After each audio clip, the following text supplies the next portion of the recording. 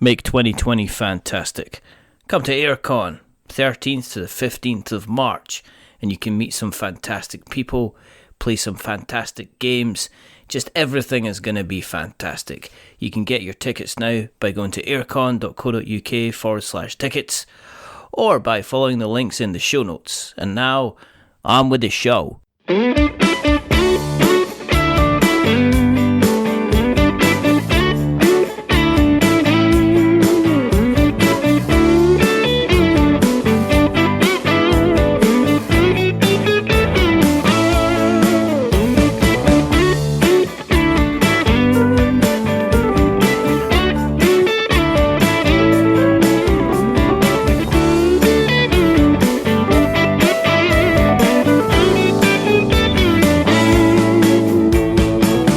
Welcome to another episode of We're Not Wizards. My name's Richard. I'll be your host for February, I think.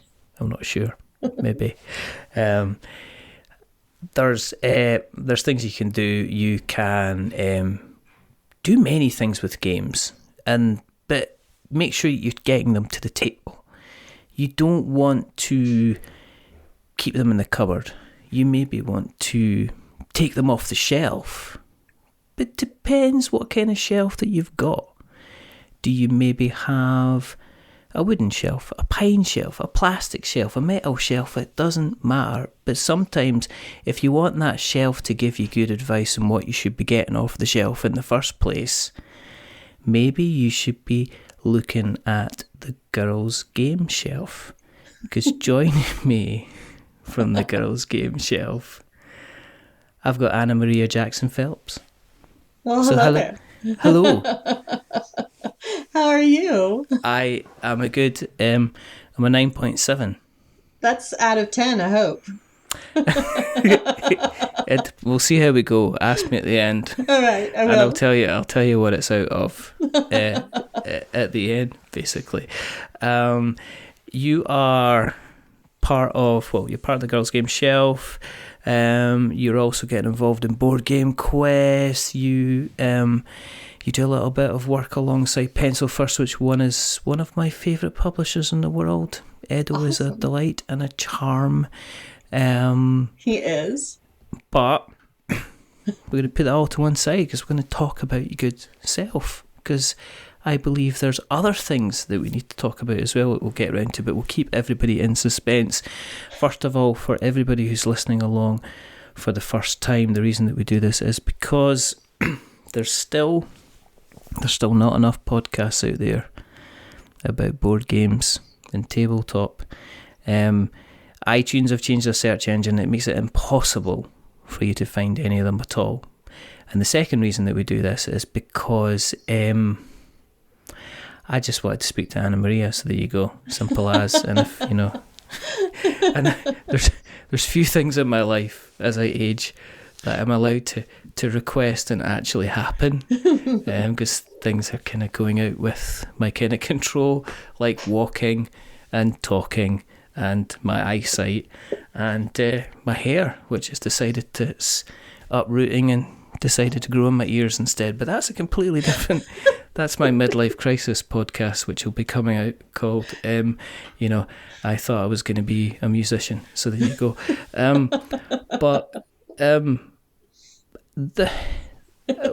As getting on, this is a serious show. In terms We're professionals. We did double claps. Yes.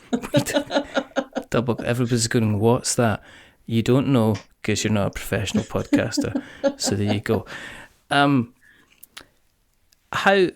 We could start off with the boring question, which is, how did you get into board games? Because I ask that question all the time and people are going, can you not ask a different question?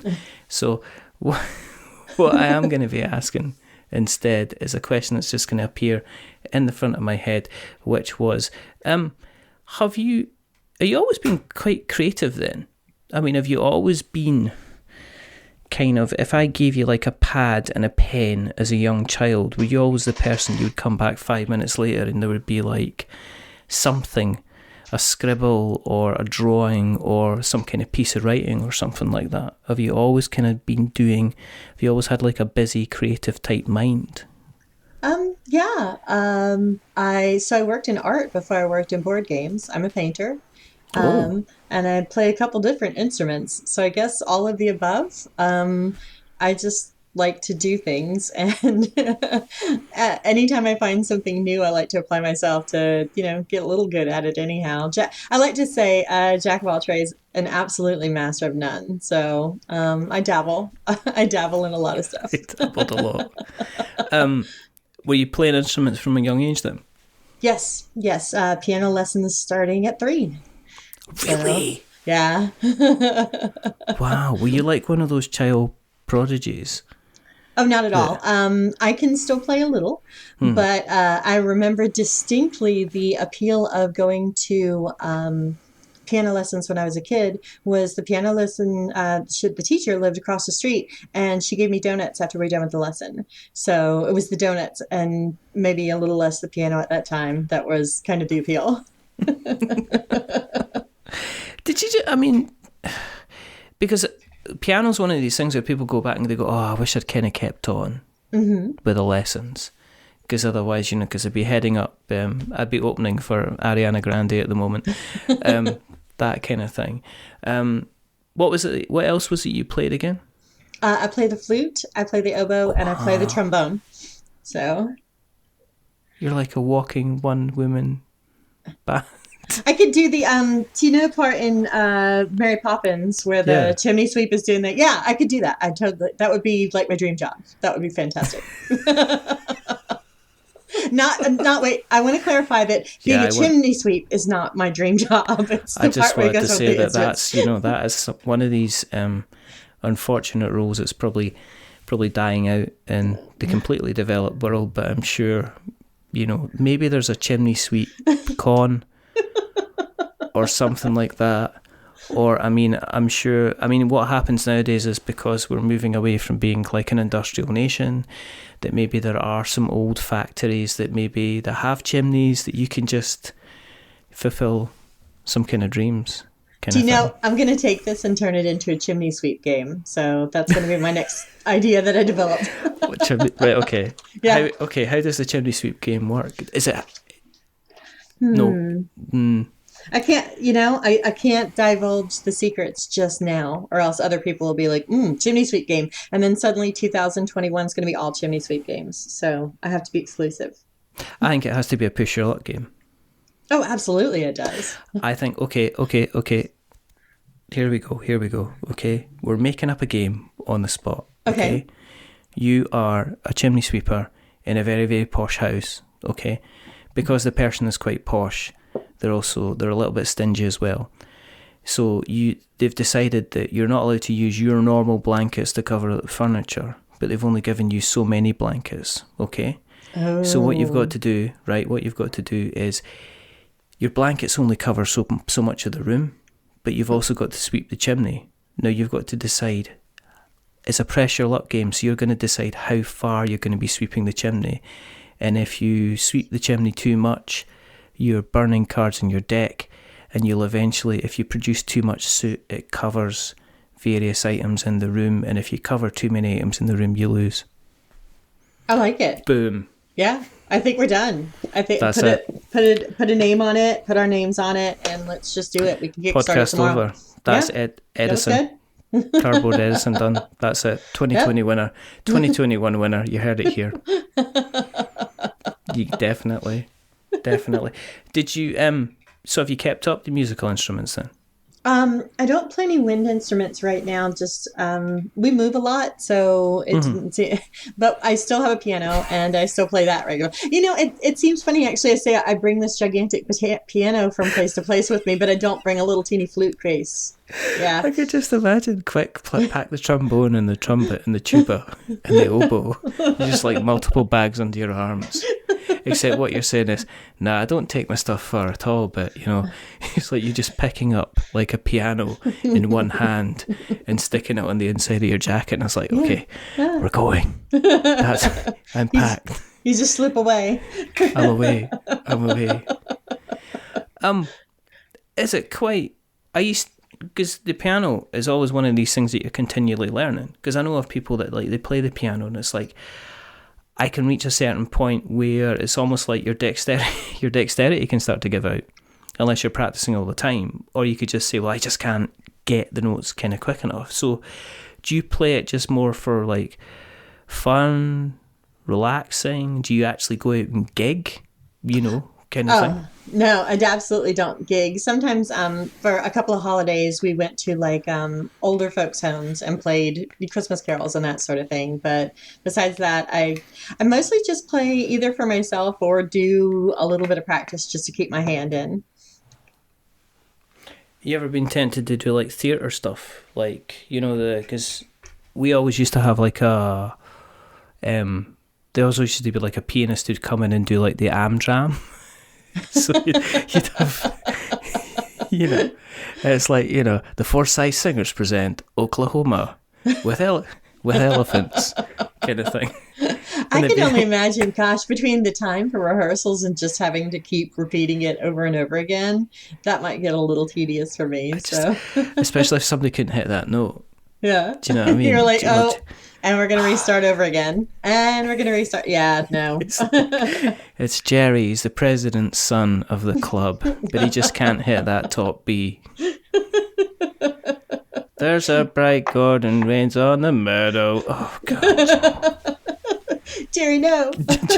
Jerry, please. Jerry, please go back. Jerry, please go back to being a stagehand who's clever and can lift heavy things. Thanks very kind of much. But the musical side is obviously one side. The painting, because this is fascinating. Because I'm nosy, so people will say, "Oh, how did you get into board games?" So is that something you continue to do then as well? Or is that like the piano playing that unless it was a really good Amdram, I can see at the side of the stage, I'll just, here's my constable, there you go. Is that something that you've gone into doing like a professional basis then? I did. So I taught art for a long time. Right. And I did paintings. I did commissioned work for folks for several years. Just recently, I've actually just moved out of even teaching painting in just the last couple of years. So now when I do it, I get to do it solely for myself now. And that's that's really nice, to be honest. After doing it for other people for so long, it's nice to get back and kind of just have it be my hobby. There's nothing. I've done commissions because I've done paintings myself. Mm-hmm. And sometimes your vision of what something would look like. Yes, absolutely. Contrastingly different from what. And it's surprisingly that people think that art should be very, very cheap. There's that as well. Yeah. What can I get for $30? Yeah, I can do a fingernail for you. That's what you kind of get. What was your weapon choice? What kind of medium did you like to kind of paint in then? So I started in oils, but once I had kids, that having wet canvases around all the time was just not an option anymore. So I moved into doing acrylic, and that way it was easier to teach people too. So I taught both grade school children and adults. So acrylic's also a lot better to teach children because then they don't go home with clothes that are ruined every single time. So, and their parents seem to appreciate that. It's the same with me. I'd end up a grown man with kind of little red, and you wouldn't notice you'd spilt a blob of paint on you, and then you'd end up with that horrific thing where you've realised you've sat on the sofa and there's like a red dot. It's everywhere. Yep. On the sofa, and you've got to kind of wash it out. Was there a kind of subject matter that you prefer to draw? Were you like a landscape person or a portrait person, or what was it you kind of really like doing? I like doing nature studies, landscapes, or even just still lifes with flowers and fruits and that sort of thing. When I was doing commissions, primarily, I did a lot of work on like painting other people's things. So they'd want like a picture of their house to hang over the mantle in their house. So I'd paint their house. So you paint the outside of their house?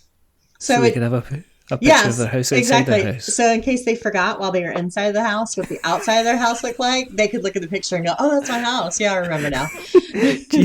Gee, honey, we're really successful. We finally made it. How can we continually remind ourselves how much money we've got? Let's get a picture of her. Let's get a picture of her house, kind of thing.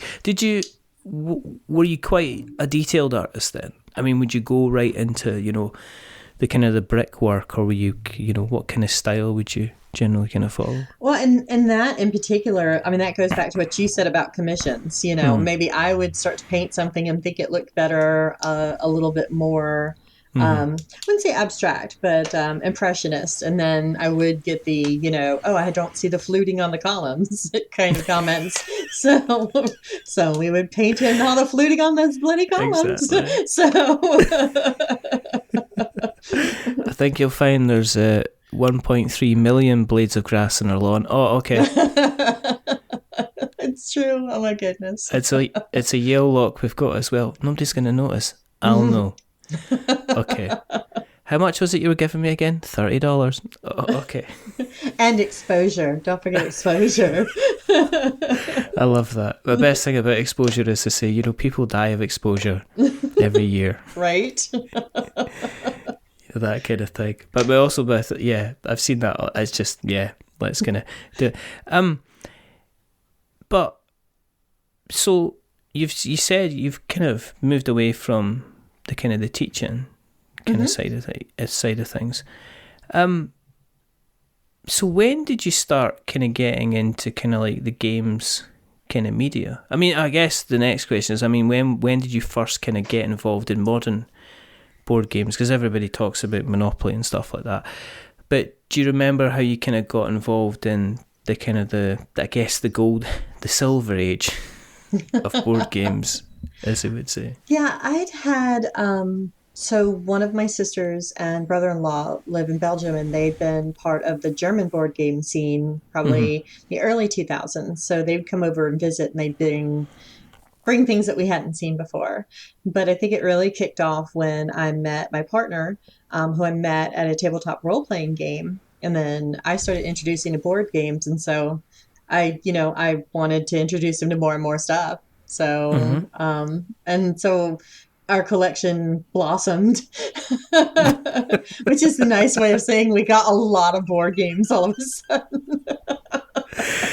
It's like if you want to know somebody who is really good at Tetris, just see somebody who's also had a really good board game collection with kind of limited space. Yep. Because it's like, before I had a board game collection, I was rubbish at packing suitcases.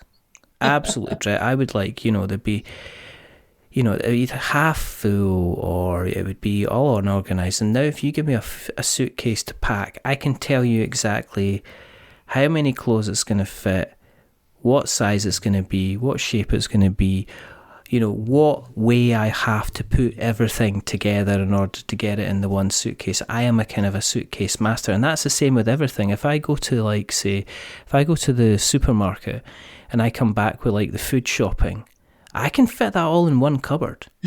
We don't have to put stuff in fridges anymore. It just all fits and slots in there. And it's the same with my board game cupboard. It's like a Tetris puzzle. It's absolutely kind of immaculate.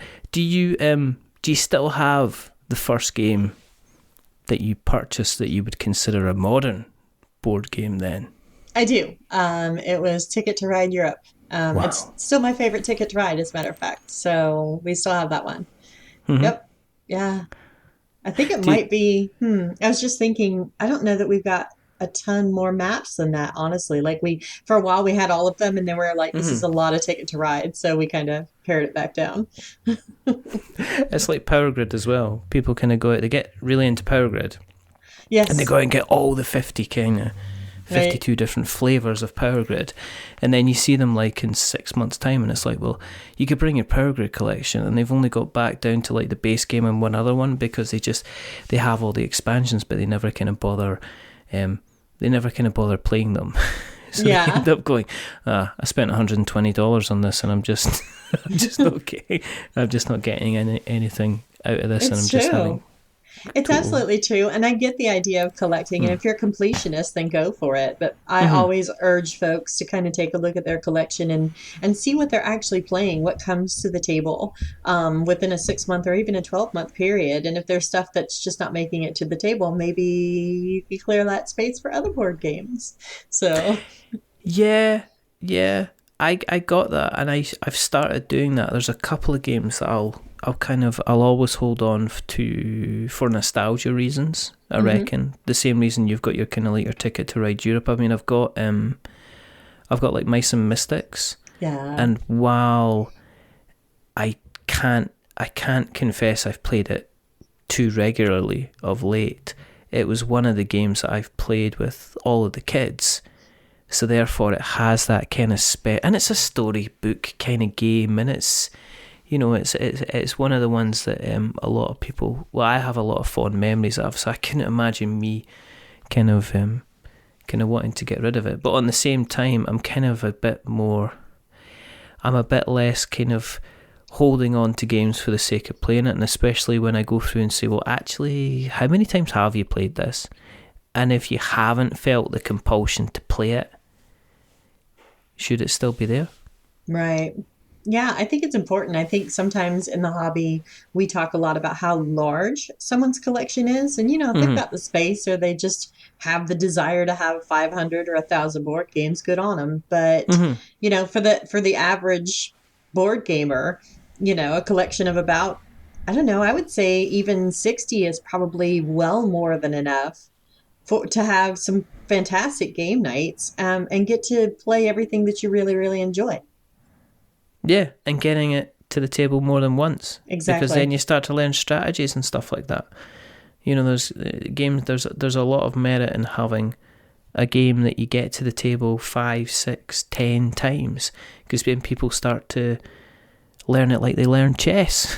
Right. Yeah. It's like when people go back to chess, they don't go back to chess because they've not played it in a while. They go back to chess because they still haven't gone through all the strategies that you can play it.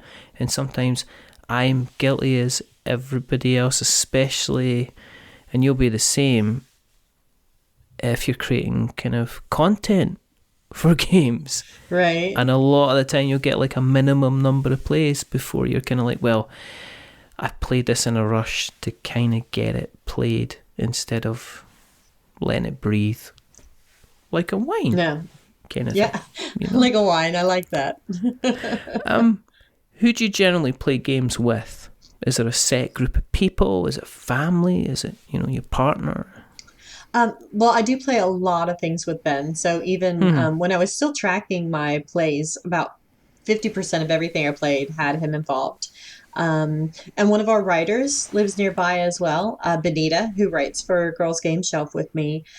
She Hmm. lives just another town over, so we regularly get All together. right. And now that we're creating content together too, we also have a regular. Okay, we have to do these games because we both have to write Hmm. stuff or do videos on this, so we'll just play them together anyway. So I would say those are probably the big two, and then I've got a variety of gaming groups, and I've got a really good local game store that I like to go to as well. So I've got a lot of opportunities where I am, which is fortunate.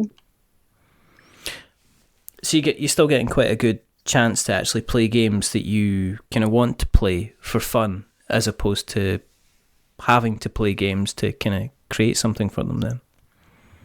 I think so. There's I've always been compelled to create a little bit of balance there because I Hmm. I started doing this because I enjoyed it, and now I happen to be fortunate that it is my job as well. But Hmm. if it ever hit a point where I just felt like I was slogging through, I think I would have to sit back and go, okay, I really don't like doing this anymore, or I'm not enjoying myself anymore. Do I want to continue in this direction? So even when we do a Yeah. review night or I do a playthrough of something that I need to do for content, we'll play something afterwards as like a palate cleanser or just pull out Hmm. something that we've enjoyed for forever just to have a fun time. Um, and it also helps to have play partners that you enjoy playing with a lot anyhow, because sometimes even if the game isn't fantastic, they can make it fantastic. So that helps as well. Yeah, I mean, totally. There's a lot of times I've played a mediocre game but had an absolutely kind of fantastic time. Right. Because everybody around the table has recognised it's kind of not brilliant, but we've just embraced it anyway, and we still ended up kind of having like a decent fun time, as opposed to kind of like everybody taking it seriously and going, oh, I'm not enjoying this. I mean, sometimes it's just like, it's sitting around, you're catching up, and sometimes the game almost becomes secondary to the event that you're having, which is just having a general kind of catch up with people, which is pretty, which is pretty kind of cool. Do you still get the kind of, oh wow, kind of moments with games that you're playing at the moment? You know, where you're halfway through a game and you're like, oh, this is pretty special. I mean, do you still get that on a regular basis? Maybe not as regularly as before when I wasn't playing quite as many games, but I still have ones that I pull out and maybe I picked up myself because the theme or the blurb that was sent to me about the content wasn't very detailed.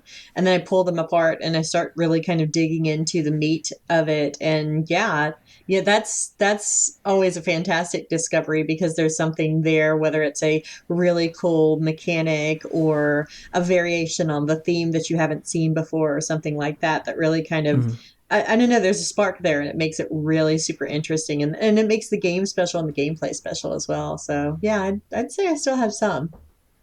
Is there anything you've been playing recently that's kind of like you've really kind of enjoyed playing? I have a I love it, I hate it game right now. It's Wavelength, and I don't know if you've seen it yet, but it's so there's a dial, and someone secretly knows where the dial is, and then they have to give a word to get their team to guess whether or not that thing would be close to the dial or would be far away from the dial. So, for example, maybe the dial is further to the left, and on the left I have scary creature, and on the right I have comfortable creature. And so I know that the dial's on the left, so I say it's, Bigfoot or something like that. And my team has to guess that was the direction the dial is. Anyway, after I've given that long explanation, the thing is, I'm really, really terrible at this game. Like, because I can literally justify any answer. I'm like, oh, but Bigfoot, he's furry. And so that would make him kind of a cuddly creature, Bigfoot right? Bigfoot and the Hendersons. Yes, exactly. I mean, I would say comfy. And if you're listening to like Death by Monsters, then, Matthew Jude is a huge Bigfoot fan. If you were playing him and you said Bigfoot, he'd be writing the comfort. Exactly. He'd be writing the hero. He'd be saying that thing as a hero. Definitely on the right. So I can completely imagine how it's kind of confusing. Is it compelling because is it compelling because the mechanics are so simple? Because it sounds like I could just gather a group of people around it, even if they were in the office, and say, right, this is what we're playing, and people would be able to pick it up and get it kind of straight away. I think that's primarily what it is. Every time I've played, it's been with a group of people that didn't really even know each other, and some of which did not play games at all, really. And everybody's been thrown in and just had... I laughed so hard the first time. I cried. I mean, actually had tears rolling down my face. It was so funny. It was... And you can't make a game situation like that happen, right? That just has to be the perfect combination of a really good game and then people who are willing to just really break loose and be goofy over it. So, and that really encouraged everybody to just be a little bit crazy, and it totally worked. So good for them, Wavelength. I shake my fist in its direction because it does frustrate me so much, but in the best possible way. I mean, is it something that you're going to go ahead and are you going to create kind of like content for then? I mean, or is that one of the games that I'm just going to play it and it's just going to sit there and I'm going to bring it out and put it away again when it's required? I was thinking it would make a really fun. So we do live playthroughs on the Hmm. channel on Sunday afternoons, and I was thinking Yes. it would be hysterical to do it live with our audience as well, and have them play with us, be part of one of the teams. So, and they could like type in their answers. So I think we will, but it wasn't something that someone asked me to create content for. But I think it's so fun and compelling that it would be interesting and fun to create content for it. So I probably will. Yeah, I think it was when I was talking to Suzanne, and one of the things they said about the games have to be pretty simple, because playing something like, say, like certain games live on a live stream just kind of wouldn't work, because you'd have kind of like 3 or 4 people kind of like with their heads down, kind of looking at their board, just seeing what the optimal move was. Whereas if it's kind of like more of a party game, you can put people on blast. You can be kind of, there can be a kind of a taking the mickey out of each other, kind of back and forward, as people kind of get it right, or get Right. it wrong, or whatever. So yeah, that would be. I think if you can imagine like if you had like about 40 or 50 people interacting with you, that would just, you'd say goodbye to your Facebook Messenger. It would just kind of crash. With you being quite involved in the kind of the media side of the hobby, is there games that you are looking forward to finding out about more for this year then? Like releases for this year or just things? Yes. Oh, okay. Well, I had the opportunity to play Wonderland's War. That's Skybound Entertainment and Druid City So, Games. I played it at Shucks, and their Kickstarter is starting in a couple of weeks. And I'm telling you, I'm over the moon about that game. It's brilliant. so yeah. I mean, it's Alice in Wonderland based, so and I love that IP, but it's also a really, really fun game. There's an element of head-to-head competition Hmm. and some like strategic movements to like do some area control kind of things. And then there's like Mm. pulling things out of a bag, which was like last year's really hot mechanic, but they do it in a different way, so it doesn't feel like the same.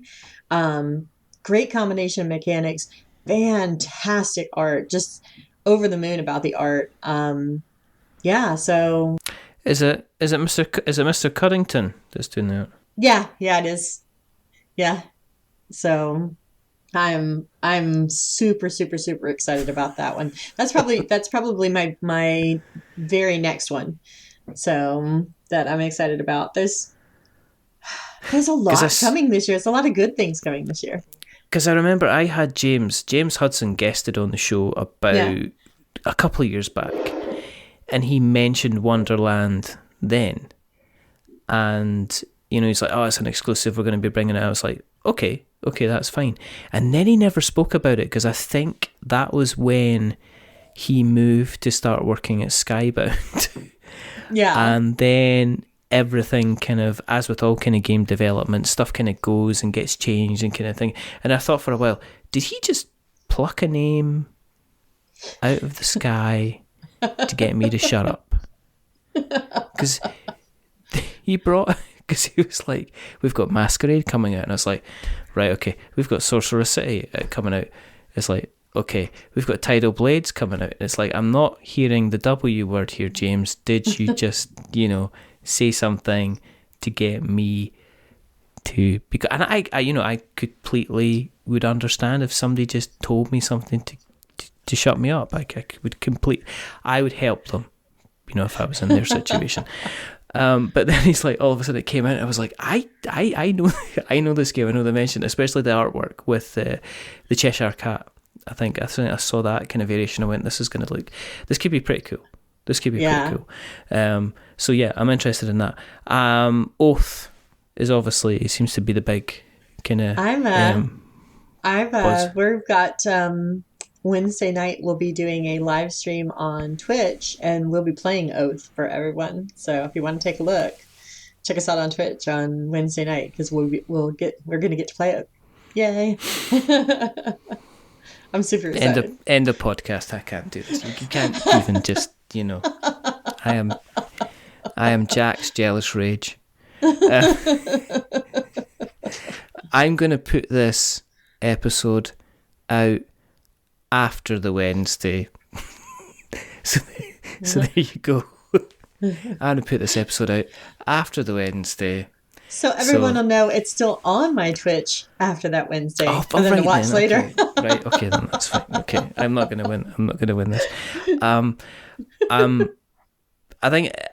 I just think people are interested to see what Leader Games do next. I think, especially how it's got the same artwork as Root, and I think when you've produced such a successful kind of IP the first time round, and it's gone on to have many expansions, and then it's like, I think when people saw the artwork, the first thing is that everybody kind of went, oh, is this another kind of semi-different version of Root? And it turns out it looks like it's a completely different game.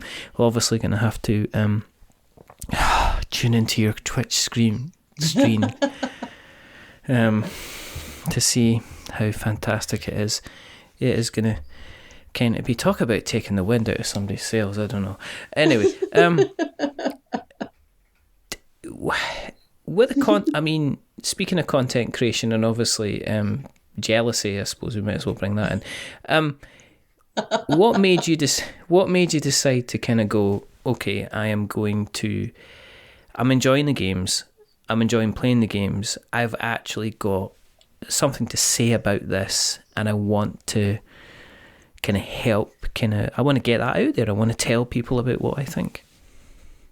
Oh, I've told this story a couple of times, so if anyone's listening and has heard it before, I'm sorry. But so I actually fell into this entirely by accident. I was at a convention, and I went to a panel that was entitled Women in Popular Culture. And so they talked a little about movies and television and that sort of thing. And then they were taking questions from the audience, and someone asked about games. And the women on the panel weren't able to answer, so I ended up answering from the crowd. And then another game question came up, and I answered again. So there were probably 5 or 6 questions from the crowd that I ended up answering during this panel. So at the end of the panel, the women, and this would have been legendary women, approached me, and they were like, hey, can you write about games for us? So I was like, sure. Because I obviously have a lot to say about games. So yeah, that was the start. That was, I think, about 3 years ago now. Right. Okay. And during that time is when I actually interviewed Kiki for Legendary Women, and Kiki is the originator of Girls Game Shelf. So yes. So we got to know each other through that, and so eventually she was like, "I need someone to be the editor because we want to have this blog on the website." I was like, "Pick me!" Yeah. So that's how it came about. And in your time, have you continued to hijack other people's panels, or is that just been kind of like a one-off? Do you just jump into like Gen Con and say, I know the answer to know the answer to that. Yes, I do it all the time. I hijack other people's podcasts as well and talk about how I'm playing Oath. I didn't want to even, I was moving away from that, which is why we changed the topic so distinctly. And then you're just going to keep bringing it up, aren't you? I am. Just going to keep bringing it up. Is it hard work being an editor then? Is it hard work? Because normally, I do some light editing. Steve, who writes for the show on a regular basis, I do some light editing of his stuff, and very, very light editing. There's maybe sometimes like formatting and stuff like that. And we know each other quite well. Do you have to kind of like put on, is it easy to edit your kind of people that you know and people that have become friends over a period of time? Or in terms of kind of editing it, or is it more a case that you're kind of organising stuff, kind of editor type role? I think it gets easier over time.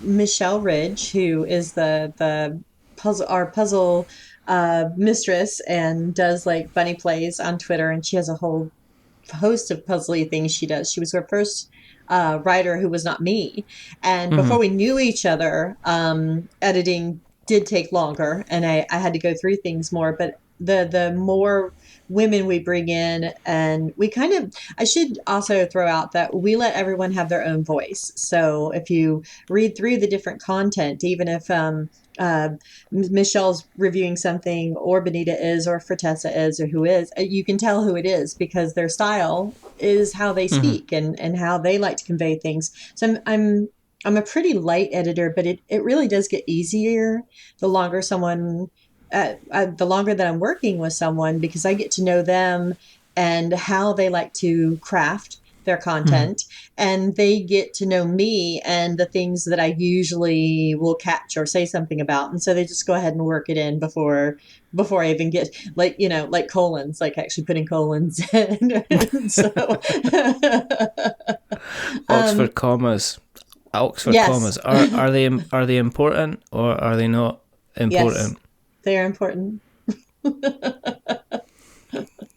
The funny thing is, though, while I will go through and edit for things like that, I actually think that language does evolve, and if you can convey what you're thinking, I don't even care if you mix up your homophones. Like, just get your idea out there. That's the important part, is conveying to people what you're thinking, interesting ideas and opinions and things like that. So that means more than I'll say it here, but I'll only say it once. That means more than an Oxford comma or a colon. So Exclamation marks. Are you talking brackets or parentheses as well?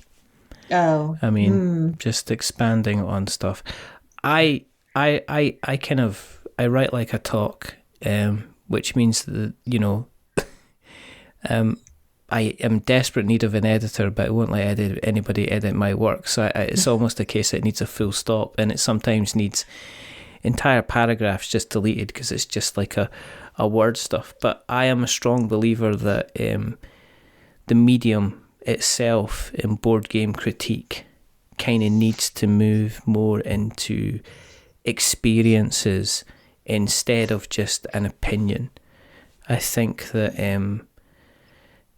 there's a lot of content out there which is just, here's the game, this is what I thought, and I am of an opinion where I will just let my mouth go like I'm doing just now and just type away and kind of sees what comes out and kind of fits it, because I want it to be entertaining. Because I think anybody, with the access being relatively easy, and that somebody can go into Blogger and set up a blog account and then start typing away, it takes an awful lot of work to find your voice, and to have the courage to find your voice as well. Because I think there's an awful lot of people that get caught into the thing where they think they need to spend 400 words telling you how to play the game. And there's so many videos out there that tell you how to play the game. I mean, I can't explain how to play or how you should be playing, say, The Godfather any better than anything that Rodney Smith's ever done, or anything better than, Paul Grogan's done, or, or Monique is Before You Play's done, that kind of thing. I mean, but I think the experience is, I want to find out if people laughed, if people thought it was funny, if people were kind of enthralled by it, if there was a certain thing that annoyed them, if it didn't annoy them, did it inspire them, kind of thing. And I think we're kind of getting there, but it's very, very kind of slow, but it takes kind of courage to write about that. Do you think that we're where we need to be in terms of how we're putting together the reviews to games, or do you still think we've kind of got a little way to go? I think there could be more, and more variants. Look how big and how fast Paula kind of popped up with board game comedy sketches, right? Which was undone. But obviously people wanted it because everyone's so enthusiastic, and every new video gets bigger and bigger. And so I feel like, I mean, like you say, there are a lot of people who are doing reviews or how to plays, and there's a place for every single one of those, because some of those, sometimes you do want to know, how do I play this game? Or, does this person I usually agree with like it? Yes. But I think there is absolutely space for different kinds of content. It's another reason why I like to let our writers explore their own voice, because for example, for Tessa Scott, who writes for us, is also a board game designer. So anytime that she talks about a game, the way she talks about it, the way she approaches it is from if she were designing it or if she were breaking it apart to explain the design. And so Yeah. the things that she Yeah. writes about games are so unique because it's not, here's 400 words on how it plays, here's 500 words on what I think about it. It's this minute breakdown of oh, and then they added this mechanic and I hadn't thought about that, but if they'd gone in this direction, how it would have changed the game. And it's just fascinating to see different kinds of game breakdowns and game content and media. Because I think there are a lot of people in this industry, a lot of people in the community and hobby who have been in here for a while now who are looking for things that are different because they know where to go to find their how to play or their Yeah. favorite review or whatever. So, but I think we're getting there. There have been several people that have kind of cropped up in this last year that are doing new things or different things or with a different kind of quality. And I'm looking forward to seeing more of that as we go forward into 2020. Yeah, definitely. As I say, I think it's for some people it's a case of actually going out and trying and not being afraid of the first couple of times that they do something different as well. Because I see there's a huge. I think one of the things about board game media that you discover quite quickly is people are quite secretive about their actual numbers, about what their reach are. You know, they'll not go out and say. And I think what happens is that in some cases people say, I'm expecting to put out a podcast and have 10,000 downloads, and they do that and they get 50, and then they're like, oh, I'm rubbish. Whereas if you speak to most people getting kind of 50 downloads on their first podcast, unless they've been like doing paid advertising for the last 6 months, just popping up and having a podcast and getting 50 downloads is an excellent thing. You know, getting 50 people to read your blog is an excellent thing, kind of thing. Getting like anybody to watch your YouTube video all the way through is absolutely brilliant. And I sometimes think it's, you know, board game media itself doesn't garner that many views or that many downloads or stuff like that compared to other kind of bigger kind of mainstream things. And I think sometimes that might put people off in terms of the measurement of kind of like success. Oh, absolutely. I mean, the biggest people in our industry have nowhere near the numbers of someone like, say, Markiplier, right? Yeah. If you're looking at just purely YouTube stuff. So, you know, it's still, even though we're completely immersed in it and talk about it 24/7, it's still a relatively small hobby. So it's not an enormous, and to boot, of the people who are playing, more than half of them are not doing things on the internet. They're not consuming the content. They just go out and they buy board games, they take them home and they play them, and that's all they do. Yeah. So, yeah. I do Yeah. think people get a little surprised because they're like, man, I know like 1,000 people. And it's like, okay, well, talk to every single one of them.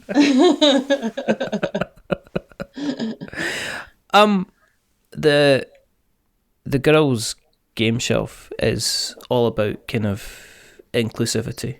Do you? Is that something that you're constantly kind of feeling that you're having to continue to spread the word about that, continue to kind of push that out there until it becomes like a norm? You know, I take it you've had people saying, well, why don't you have the boys' game shelf kind of thing? Yeah, it's so my first experience with games, I used to be a competitive video gamer. I used to play Counter-Strike. And that was 20 years ago. So at that time, being a woman playing games was just so completely abnormal that it was really, I'll say, awkward to be in those spaces. I feel like normalizing women at the table, and this goes for as well for people of color and queer folk and, you know, a lot of marginalized people, is still something that we need to work on as a community and as an industry, because it's still unusual to walk into a game space and see a table or two that aren't, that are filled with anybody who aren't just, I mean, regular, just average Joe white guys. And, nothing wrong with average Joe white guys, but it's when you walk into a convention and the split's even like 25%, you're like, oh, wow, there's a lot of ladies here. But then in your head, you're like, except for more than 50% of the population of the world is women. And more than 50% of the people who identify themselves as gamers are women. So why isn't this split here at my game store, at my convention, or wherever? Why isn't that 50%? What is keeping women away from that table? And so when we kind of dig down and we see that sometimes it's just not awareness, but a lot of times it's they're uncomfortable in situations, and we need to make better spaces so that people, so that those people do feel comfortable coming to the table. Yeah. I mean, I can't comment on that, can I? I mean, it's difficult. I don't know. It's kind of a strange, because I can't personally comment on personal experience, because I can't say I've ever walked into a room and felt ridiculously uncomfortable, except that kind of one time. And that was a strange time, because it was when I went to a mother and baby group and I was the only guy in the room, and I kind of felt, I'm kind of not, this is a space that isn't for me. And I kind of, and it was a kind of a strange kind of time. But then every other time, it's like, well, it's fine. Yeah, but there is something to be said. Well, maybe you can't speak directly to the experience. Having white male allies who help create spaces at the table for other people is enormous, because there's a certain type of dude who isn't going to listen to anyone else but another dude. So when they start to yell on the internet about how they don't want certain people at the table, when the pushback comes not at someone that they can directly be angry at, but someone, that to them is on their level, then, not only have you managed to deflect and in a way kind of protect the person who otherwise might have gotten harassed, but you get those jokers either thinking about it or you make them shut up. And either way, it's a little bit of a win. Yeah. I see that. I see unfortunately a lot of guys in my situation just completely kind of staying out of it, because they feel uncomfortable kind of bringing it up. They don't want to end up coming across the wrong way. They don't want to end up coming across as patronising. They certainly don't want to come across kind of, feeling that they're patronising somebody, feeling that they are white knighting the kind of the situation as well. So I know some people, when it comes to the inclusivity, if you ask them directly, do you support that? They would come back and say, yes, I do, but I wouldn't necessarily push myself into a situation where I was challenging somebody else or getting involved, because I would feel kind of uncomfortable with that as well. I mean, it can be a complicated issue until it's maybe brought up enough so it doesn't become a kind of a complicated issue, if you know what I mean. No, absolutely. Yeah, I mean, that's why we have to talk about it, right? So we have these conversations so people do get more comfortable. And I would say, if you feel like you need to speak up, and not just you, anyone, if someone feels like they need to speak up, say something. And if it turns out that maybe their voice wasn't needed at that moment, and if somebody says something, then, you can go, oh, okay, I'm here if you need me, just let me know, sort of thing. So, yeah. It's, as I say, it's an interest.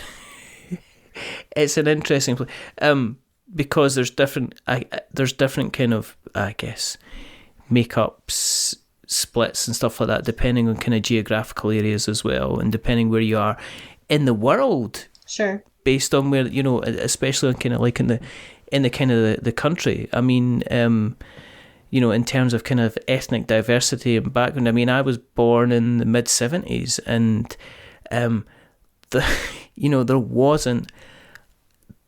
there wasn't diversity in the school until I got to like kind of like primary 5, until it was like 2 years before I went to high school, and we had two kids from kind of like Vietnam, kind of who are Vietnamese, kind of joined the school, and we had a girl whose family had moved over from Bangladesh, and that was it. So it was kind of like, it's kind of like we get a different kind of makeup as well. So it's kind of that to get kind of taken into consideration. It's a very, very complicated issue that we probably aren't going to solve in the next kind of like 5 or 10 minutes.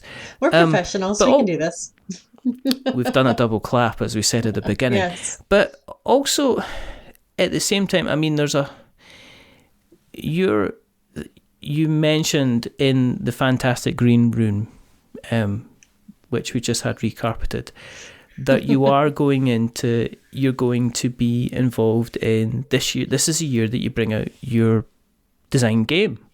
Yes. So, for you, AnnaMaria, do you want the label of being just a games designer, or are you wanting to be known as a female board game designer? That's a really interesting question. Obviously, for starters, yes, absolutely board game designer, but do I want to help normalize women in the design space? Absolutely. Elizabeth Hargrave is actually a friend of mine. She's part of my design group, and she's been very vocal about bringing more women into the design space and celebrating women in the design space over the last year. And I've taken a lot from the things that she said. And so, it's really a lot about just showing up and just saying, yes, women can be in this space. And yes, it's normal for women to be in this space. I'm here, she's here, this person over here is here. So taking the opportunities to, and if you have to seek out, women designers or, whoever it is, then do a little bit more of that so that we get to see just how many there are out there. When I started doing the Designing Women series, I thought, okay, I'll highlight a dozen or so ladies and the well will start to run dry. And I've been doing that for over a year now. We publish a new one almost every single week. I haven't even scratched the surface of the number of women who have designed board games and being able to interview them and talk to them about their experiences and stuff. So even when I started doing this, didn't think that there were that many. And it turns out there's hundreds. We just need an opportunity for someone to hear their voice and to recognize that their name's on the box. So I'm just excited to have my name on a box too. Tell me about this box. See, if you're saying you're going to help design the expansion for Oath, yeah, I'm seriously going to edit you saying all different types of nasty things. But what is the game that you're going to be bringing to us? Summertime is going to be synchronized swimming. I designed that with Amelie LaRoche of Zorua Games. She did Dino Dig last year, and she's got Corky Circus coming out in a couple of weeks. And it's about synchronized swimming. You're actually on a team, and you're trying to synchronize with members of your team. We're going to be releasing that during the Olympics. I have let's say a variant, like an expansion almost, coming out with Paint the Roses with North Star. I think that's coming out in third quarter. So it'll be a Kickstarter add-on to the main game, which will change the gameplay almost entirely as a variation. So I'm pretty excited about that. And then I have a composting game that is currently with a publisher that I can't say who yet. And I'm really, that's been my baby because it's a sustainability project as well as a board game. And the two to me go like, I'm really, really happy about that one. So I'm looking forward, and hopefully that one will get published this year as well. So I've got a couple things out there. Is it strange being on the other side of the fence then? Oh, yes. 100%. Yeah. It's super, super weird. I just did my first large scale playtest event this weekend. I've done some small stuff, but not just a dozen tables and just all sorts of people milling around. And usually I attend those as someone who playtests and then talks to the designers. And I ended up losing my voice a little bit at one point and I'd explain my game 19 times in a row, just back to back to back. was bizarre. And then somebody started asking me questions, and I had to almost sit back for a second because I was like, this is literally what I would be asking someone else right now, and like I'm having to answer this and I have no idea what to say. So in a way, too, it also, when someone gets a little bit like, they're like, oh, I don't know how to do an elevator pitch in this second for my board game. I've got way more sympathy now. Are games people media as annoying as we come across? You know, being on the other side of it. Are you been sitting there and going, we just go away now, just, I've answered your questions, kind of thing. I'm gonna give that one a no comment because I love all my other content creators. So yes, y'all are fabulous and I like you very much. No one's annoying ever. That was fair. That was a political answer. That was a politician's answer there. That was so deep. I live in Washington, D.C. Well, I guess, yeah. I suppose that is, if you're gonna get a politician's answer, then you're definitely kind of sitting in the kind of the right place.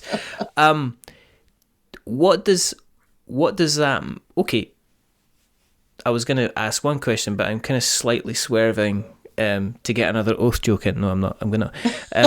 But what would you rather be? I was going to say, would you rather be attacked by a rabbit the size of a horse or 100 horses the size of a rabbit? But that's not the job.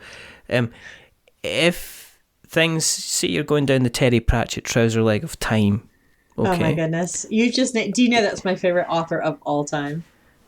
Forever. Best books, Night Watch. Oh, and I'll fight anyone that's. Oh my God! Yes. I'll fight any. Oh, we're and I'll best fight friends anyone now. that says it isn't. There you go. That's it. Right. Yep. Okay. So I have to ask the nice, polite version of this question.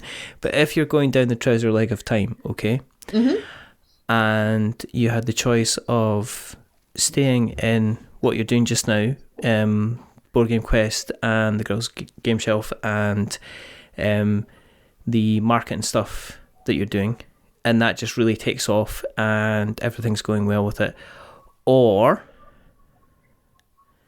become a really well-known, successful, published designer. Oh, wow. Which one? The cruelty is in you having to answer the question. Oh my gosh, that's really hard. Do you know, though, I think would say that I would stay in content creation. And the reason why is because a large part of the reason that I moved into doing this job in the first part is I wanted to create positive change in the hobby for everyone. I wanted to help more folks who are marginalized sometimes in this community make it to the table and be able to enjoy this as much as I have and as much as many other people get to. And I think that given that, I'm better positioned to do that as a content creator than I would be as a designer. So I'd probably stay where I am, but I would be very sad that I didn't get to fulfill my design dreams. So balance is restored. It's just the entire thing. I've now made you sad, which is in some kind of cruel ways maybe a little bit happy. I'm not going to say anything else. So you've got various different things coming out during the year, but if people want to keep an eye on you on the internet webs, where do you exist on the internet webs?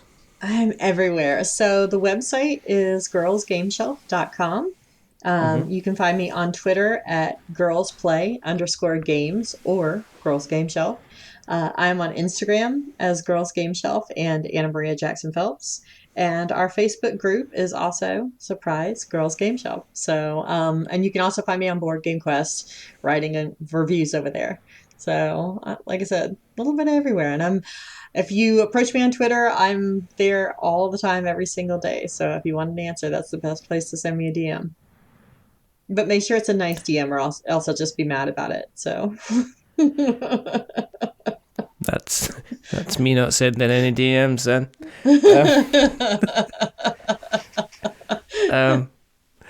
If you want to keep an eye on what we're up to, you can send us DMs. Our DMs are open, like a sock on a windy day. You can go to the internet webs and search for We're Not Wizards, and you'll find us on Facebook and Twitter and Instagram and our website and our blog, which we also do reviews, but they're not frustratingly as good as the stuff that you see on the Girls' Game Shelf, which is a bone of disappointment. But you can also, if you like what you listen to, go and find us on the podcast catcher of choice. The ones that have the word pod, the ones that have the word cast, and the ones that have the word neither. Or you can go into Apple Podcasts and you can drop us a subscription or a rating or a review. If you are going to be dropping us a rating or a review, don't give us 10 stars because it makes us big-headed. Don't give us 1 star because it makes us cry. Give us something in the middle, like a 5, because it's average. And we're just a little bit average. But the person who's not being average tonight is rather wonderful, rather fantastic. AnnaMaria Jackson-Phelps. Thank you. Thank you very, very much for coming on. Thank you. This was so fantastic. I had a blast. There we go. There's only 2 more things to do. The first thing is to remember that we're many things, but we're not wizards. Are we wizards, AnnaMaria? You are absolutely wizard, 100%. That's not what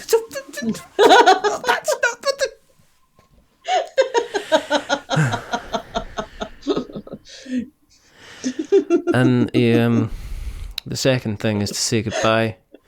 So it's goodbye from AnnaMaria. Say goodbye. Goodbye.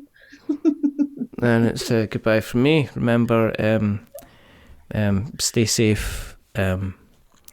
Roll 6s and make something awful. And being honest, I prefer Suzanne. But until the next time, goodbye. Bye.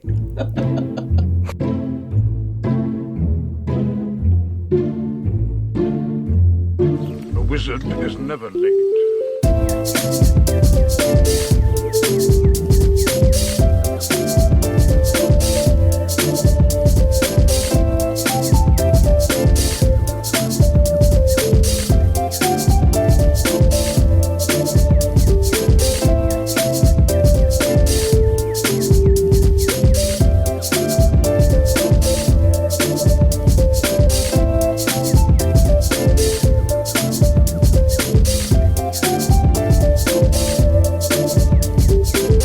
Nor is he early. He arrives precisely when he means to.